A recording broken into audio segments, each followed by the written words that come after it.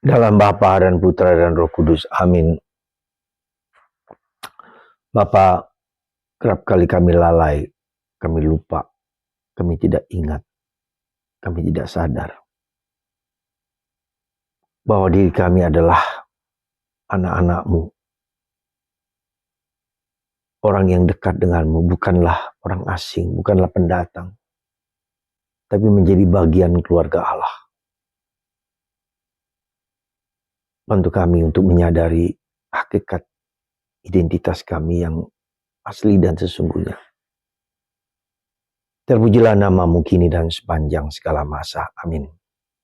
Para saudara, hari ini kita diingatkan sekali lagi, hidup kita tidak tergantung pada kita masing-masing. Hidup kita bukan kita yang mengontrol, tapi Tuhan yang mengontrol.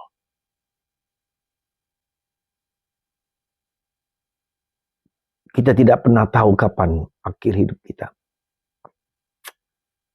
Kita tidak pernah tahu kapan Tuhan memanggil kita. Dan karena itulah maka kita harus waspada, berjaga-jaga.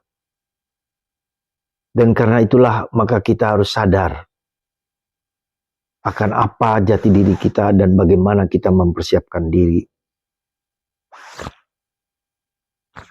untuk bertemu dengan Tuhan.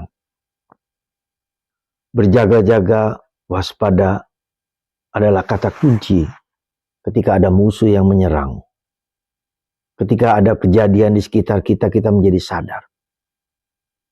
Saudara, secara manusiawi kita bisa melihat bagaimana sebuah bangsa mempersiapkan diri, menjaga diri, sadar diri bahwa musuh akan datang pada waktu yang tidak disangka-sangka. Pada tanggal 7 Oktober 2023 yang lalu, bangsa Israel dikejutkan dengan serangan yang bertubi-tubi terhadap beberapa desa di perbatasan Israel dan Gaza.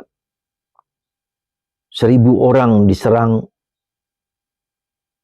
beberapa ratus mati, dan masih disandera.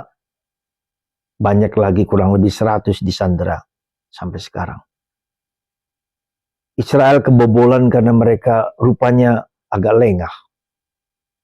Dan itu membuat mereka marah dan menghancurkan, menghabiskan orang-orang Palestina yang mereka sebut sebagai Hamas dan teroris. Itulah buah dari kelalaian. Itulah buah dari ketidaksadaran. Itulah buah dari ketidaksiapsiagaan. Contoh yang secara manusiawi saja terjadi. Maka Israel sungguh-sungguh rupanya tidak mau lengah lagi. Dihajar, dihabiskan orang-orang Hamas di Gaza yang punya terowongan di bawah tanah. Juga ke Libanon sama saja Hizbullah dan Houthi di Yaman. Mereka menjadi sangat sadar, sangat peka, sangat waspada terhadap serangan musuh. Dan karena itu mereka memperlengkapi diri dengan senjata-senjata yang canggih, super canggih. Demikian juga secara simbolis, ya, berjaga-jagalah seperti itu. Demikian juga dengan hidup kita.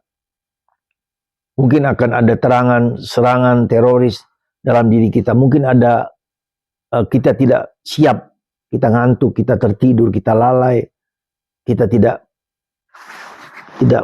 seringkali juga tidak puasa, tidak mati raga. Itu semua adalah bagian untuk defensif, untuk mempertahankan diri, untuk sadar bahwa musuh sedang mengancam kita semua. Para saudara, demikianlah cara kita. Bagaimana cara kita memandang? Ya, kita terus belajar berdoa. Kita berjaga-jaga itu bisa juga dengan membaca kitab suci, membuat diri semua organ tubuh kita semua menjadi peka, menjadi sadar, tidak tidur, tidak tidur, tidak ngantuk, ya, seperti seorang penjaga satpam yang menjaga rumah supaya ketika musuh datang dia siap sedia untuk melawan. Ya. Saudara, simbolisme seperti ini merupakan suatu panggilan kita untuk terus berjaga, menjaga diri, mempersiapkan diri terhadap segala halangan, hambatan, dan segala serangan manapun juga.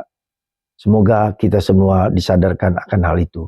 Dan perlu juga kita berpuasa, bermati raga, supaya ketika kita berdoa, Tuhan yang menjaga kita. Sekali lagi, ketika kita meluangkan waktu untuk berdialog dengan Allah, Allah yang menjaga, membenteng kita dengan tembok-tembok yang tinggi, sehingga tidak ada satu kuasa manapun yang boleh menghancurkan hidup kita.